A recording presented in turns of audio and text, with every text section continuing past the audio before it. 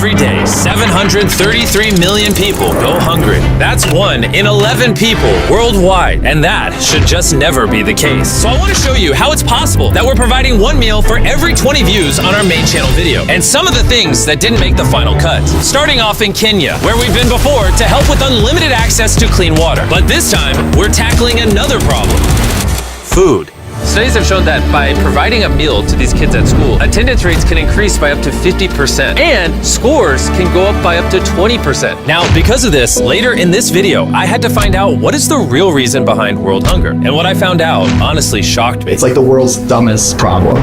Carol's the principal of multiple schools here. She was saying you can tell when kids are malnourished because when it's like recess, they don't play, they just lay around. That's why when you come to school, you'll find them weak and not energized. When you come during breaks, you'll just find them seated and they don't have the energy to play. And unsurprisingly, after everyone was fed, I noticed a remarkable shift in the mood. Are you enjoying the food? Yes.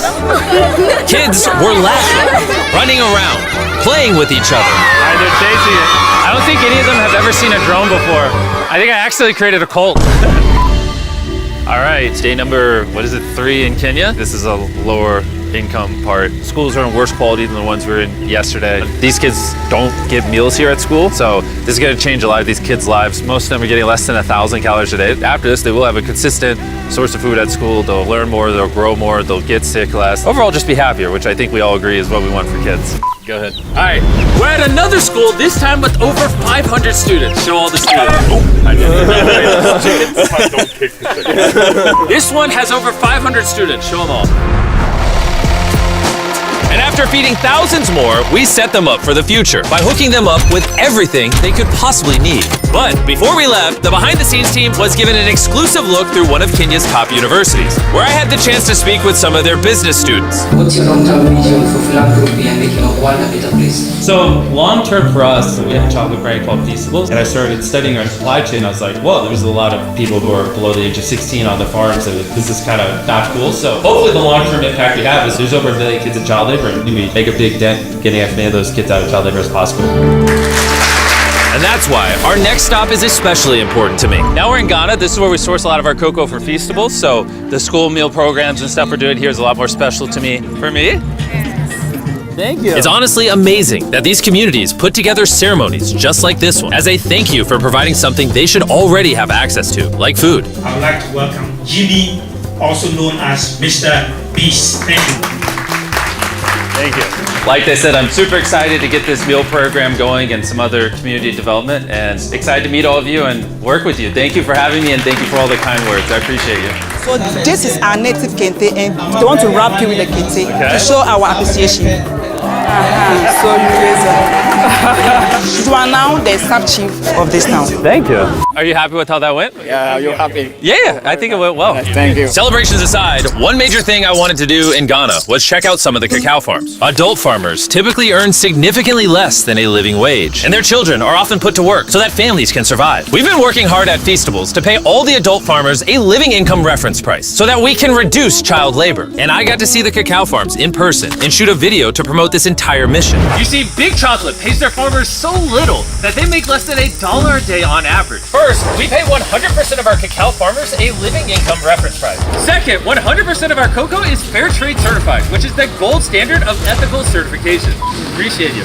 Appreciate you guys. I'll see you guys tomorrow. There you go. Thank you. Everyone who watches the main channel video might not fully understand the impact, but this is going to keep a lot of kids at school. It's going to lower the dropout rate. It's going to get people off cacao farms, which is what I'm trying to do at Feastables. We just kicked off the school meal program here. Crazy enough, they had 10 kids enrolled because rumors went around that I was starting a meal program. And then since we started a couple of days ago, 11 more have enrolled. So 21 just because of the free meals, which is great because it's 21 extra kids, most of which probably would have been working on cacao farms. They said like 97% of kids here came from cacao farms. And now they're getting well fed and getting an education. Over the past few years, we've done everything we can to give back, like building 100 wells in Africa, 100 houses across the world, and helping 2,000 people walk again. And after 73 philanthropy videos, with the help of you guys, we've spent over $90 million towards these projects. And while that might seem like a lot, there's still a lot more work to be done.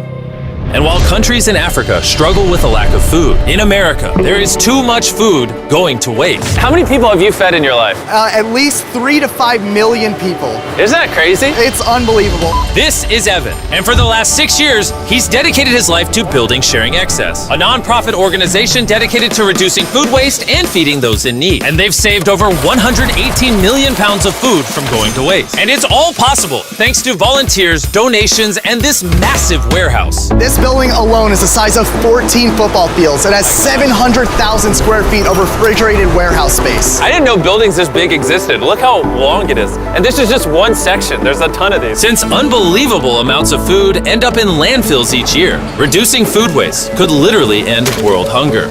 And after talking with Evan, I really started to understand why. Over the last 3 years, we've done 24 million pounds of produce just from this one building. And before 3 years ago, they were just throwing it away? Yeah, it was about 10 million pounds every year that they were throwing away. And they would spend $1 million to throw that food away. It's like the world's dumbest problem. But we have an organization that's set up to cook the food into meals. Obviously, it's genius that you're doing it, but why didn't no one do this earlier? Everyday consumers like us have no visibility to it. It's basically these guys in their trucks and they're like throwing away truckloads and truckloads just because it's convenient for them. We're there as consistently as a trash truck would be there. We kind of beat the trash trucks. Pallet of food that they would throw away would cost them $100. We've saved them at least $1.5 million in waste costs here. In America alone, nearly 133 billion pounds of food goes to waste every year. That's the equivalent of almost 200 Empire State Buildings each year. And people like Evan are finding smart, scalable ways to reduce this number. What do you have planned for us today? So today we'll be going through a day in the life of Sharing Excess. We'll be saving some food, we'll be sorting through it, we're gonna cook the food that we rescue into meals, and then we're gonna give it out to people. It's gonna be a great day. Every day, Evan gives you excess food that would have been thrown away. You customize a recipe around it, and then make it at scale and give it to people in need.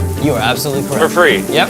Why? That's part of my past. I'm formerly unhoused myself. I struggled with drugs and alcohol for a long time, and I know what it's like to be hungry. Just while shooting this video, we made 300 meals in that kitchen. But because of the views the main channel video will get, Chef Matt is going to be able to make thousands and thousands of meals for people. Nolan, I think we're gonna need some more peppers. Can you come with me real quick? Some more peppers? All right. All right, they're gonna be right over to the right in there. And Over here? Yep.